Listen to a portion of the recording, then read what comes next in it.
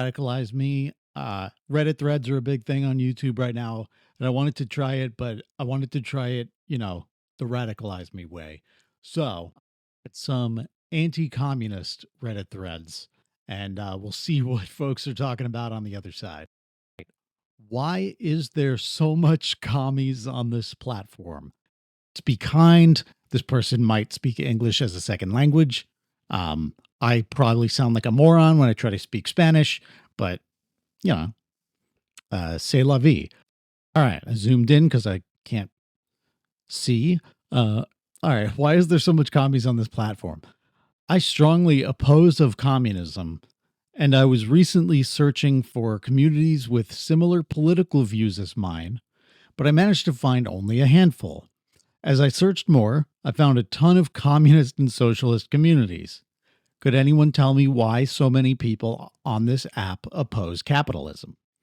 I mean, the first thing I'll say is we'll tell you, like, hop in, read some of our posts. And I think pretty quickly people will tell you why we oppose capitalism. This person said, scroll down to the bottom of the comments that aren't upvoted or are downvoted. You'll find the people with common sense down there in large numbers. Common sense, commie. Gotcha now. Heard of common sense? Opinion, there's a ton of financially illiterate people who are hurting and are just looking to bring others down because I can't have mine, so you shouldn't have yours. I love this shit with capitalists and right wingers, um, where they will flip these uh sayings we have, like this is something that people will say about billionaires, right? And rich people in general, of the boomer generation that has turned around and said like, you shouldn't get all this free stuff. Well, they benefited from a lot of social welfare and stuff. Way up. So we'd say, oh, I got mine, you shouldn't have yours. Or I got mine, screw you. I'm pulling up the ladder, whatever. They put it as we're saying, I can't have mine, so you shouldn't have yours, instead of we should all have ours. I think it's projection because I think they can't conceive of people who actually want to help everyone. They don't believe that we want good things for ourselves because we want it for the whole society. That must be a nefarious, commie plot. Mad about all these government funded entities potentially being shut down, even though they've been gutting the people for generations. Yeah, it's the government entities, the government agencies gutting the people. That's right. People have gotten used to accepting crumbs. So now that those crumbs are being taken away, people are upset because that's what they had to look forward to. I mean, to be fair, yeah, I mean, I think we need to raise the cap on Social Security. I think Social Security payments are not adequate for many seniors. True. And, Medicaid's not well funded in a lot of states if you need it. Um, Medicare has been kind of partially privatized and made less effective. This person's not totally wrong in noticing the problem. They're directing the blame at the wrong place, and they don't have a good idea of the solution. Matter that those crumbs are being replaced with a feast. When does the feast come, man? Seen this feast yet? And they'll say, well, Trump's just getting started. Come on. Okay. He was there for 4 years. Matter that those crumbs are being replaced with a feast because it's change and people have to adjust after generations of the same thing day in and day out for decades. Yeah, if there's one thing leftists hate, it's change. This next person, recently I've seen a rise in Zoomer socialists because there was a study done where the most unemployed are Zoomers. Of how we don't get a link to the study, of course, also seem to have the most college debt because they're told someone else will pay for it when they go in, and then nobody else pays for it when they come out. That's gobbledygook. Bliss, debt, college indoctrination, and tons of time online. A recipe for disaster. Yeah. Yep. Um, yeah. So we go online and we see that other people are struggling too all over the country. We talk about how we struggle and why we struggle and what we're struggling with. And you can also see online that, oh, yeah, generations before us uh, actually did better. And we can also look and see that, oh, people in parts of Europe are doing a lot better. People in a lot of China are doing a lot better. So it doesn't have to be this way. And then we realize, oh, the only thing that's ever made it start to get not this way is Party like it's 1917. Fight like it's 1917. Struggle like it's 1917. For the future, you know what I mean? replies, never went to college here, making more than twice the national average income per year. No idea why people choose to go to college when 80% or more of them never use the degree, but hey, they got an education in something and a mountain of student debt. Why don't these 17-year-olds realize what the job market is really like, assuming that this person's experience is typical of the job market? Next response is interesting. They say it sucks because they are lied to by school people to stay in school as adults, aka college. Okay. And then they don't realize all of their school teachers are terrible with money. I love how everyone's terrible with money, right? It's everyone who has all this student debt is just terrible with money. And teachers who get paid like are terrible with money. How that works. To change this reality, many of them don't even believe that you can change this reality as a society. Really saying is you shouldn't go to college and you shouldn't be a teacher. Okay. So no one should go to college and no one should be a teacher. Colleges are charging too much and teachers aren't getting paid enough. Two things that a society, a government can change. All right. But no, just laws of the universe, the speed of light.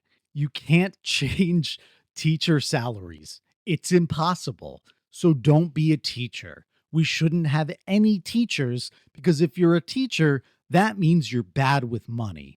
Went to college either. And when people find out how much I make, they can't comprehend how I do it. I love how they don't even say like what this profession is cuz like I I don't know if there's jobs like plumber or electrician or something where you don't necessarily need to go to college. Maybe there's like a trade school see in here somewhere. I mean, say it. What is this amazing profession where you can make all this money without college? See that college is not the benefit it used to be. But even if not going to college and becoming, say, a plumber is the best financial position you can get into, we can't just be a nation of plumbers, my man. We need plumbers, perhaps many plumbers, but but we need teachers too. We need other and then this guy comes back and says, I only work 4 days a week, sometimes three. Hope it becomes 0 days for early retirement. Want to hear about people working themselves to death. I love hearing about people finding a way to work less and less until it's not needed anymore. I love that too. And, again, if everyone becomes a plumber, I'm just using that as an example because they didn't tell me what their job is. Everyone becomes a plumber, then we can do this. We can all work less and less until it's not needed. And won't have teachers. We just won't have fast food workers. We won't have delivery drivers because it's bad financial planning to go into those professions. Maybe one or two more comments here. It is laziness. Once someone offered, okay, laziness is like, ironically, it's like the laziest concept because it's just this idea that like anyone who's not doing well, again, either doesn't know how to financially plan, they're not financially literate, or they're lazy. They're lazy. What does that mean? Is it a disease? Is it a mental illness? You don't take mental illness seriously. What is this? What is laziness? Where does it come from? Do people not want to work, or does it not feel worth it when they work and they don't get shit? It's laziness. Once someone offered them an ideology that excused them from being responsible for their own selves, they were hooked. Some is about being responsible for the work that you put in. It's about being responsible, the level of struggle and suffering that the rest of your society, or a large part of your society, is going through, that you stand up and you do something about it, work together to make it better than just competing with each other, so that hopefully I get the nice plumber, electrician, whatever job it is, and if you're a cashier making $12 an hour, get fucked. Healthcare is a right, the most blatant example. And you don't have to take care of your health. Some stranger is obligated to do it for you, and so on. So if you're a teacher not getting paid enough, you're bad with money. If you have some health needs, you haven't taken care of your health. I'm sorry. Do 4-year-olds who get leukemia deserve it because they didn't take care of their health? Deserve asthma because I didn't take care of my health? Is that how asthma happens? An autoimmune disease is? Do you know that you don't catch that from being bad at health? Idiot. This person wonderfully put, healthcare a right, food a right. And in a time when nearly 3 million deaths a year are caused by obesity alone. I mean, it's not obesity alone. Obesity it might cause or worsen some health conditions. Are obese and maybe don't exercise, even though many do, and you just don't think they do because they're still too big in your eyes. Not obesity alone. That's not how that works.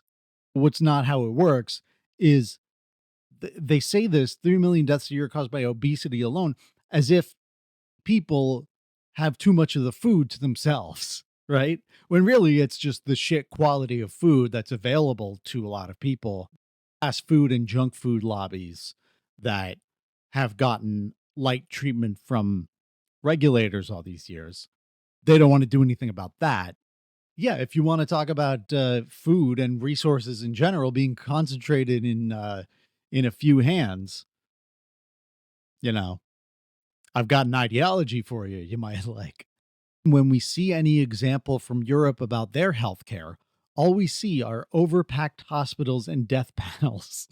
Panels are a made up concept that Republicans made up when the Obamacare negotiations were happening. Overpacked hospitals, death panel, there's again no sources given here. One person mentioned a study, didn't link to it. This person, when we see any example, why do they live longer in Europe, idiot? The hospitals are packed because people can go there. People are allowed to be there and not have to go into debt. People aren't just dying in their homes. You let people go to the doctor, there's a lot of people at the doctor. What you can do is allow people to go to school, backing up all this debt, and then you have enough doctors for all the people at the hospitals. So this is another one from Our Capitalism. Anti-capitalist people who live in capitalist countries move to an anti-capitalist paradise like Venezuela or Nicaragua. See what people are saying, because insert socialist country here didn't do it properly, and it would be different if the US did it. Seriously, that's what they think. It's not socialism that's bad, it's just being done wrong. It's nutty. This person's getting at. And to be fair, I think there are leftists and there are even socialists who kind of make this argument.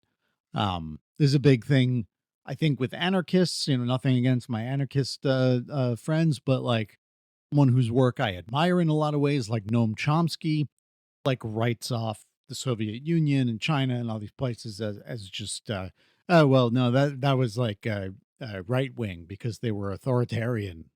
They were too centralized with power or whatever. I don't like this attitude.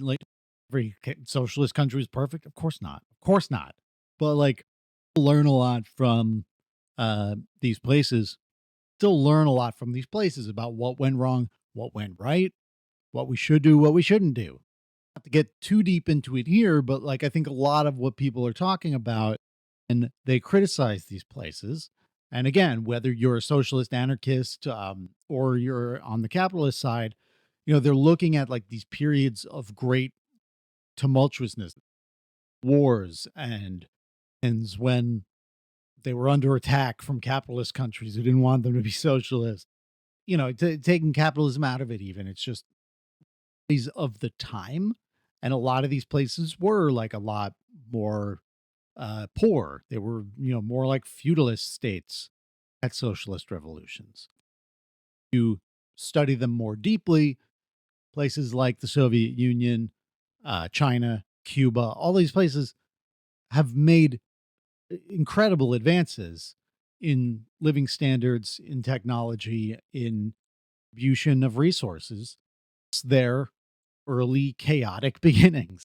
It's just the fact that it's kind of complicated to be a socialist country in a capitalist world, in a global capitalist economy, where the term state capitalism comes from, because in some ways the state has to kind of function like it's doing capitalism with other countries.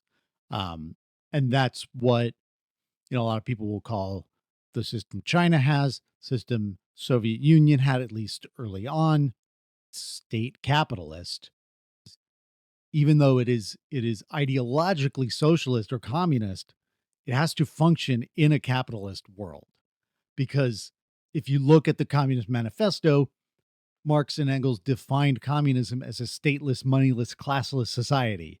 We don't have that, and you can't really have that in the middle of a capitalist world, in the age of countries, and there's no like perfect way to be a socialist country. But again, I think it's wrong to just write all of them off.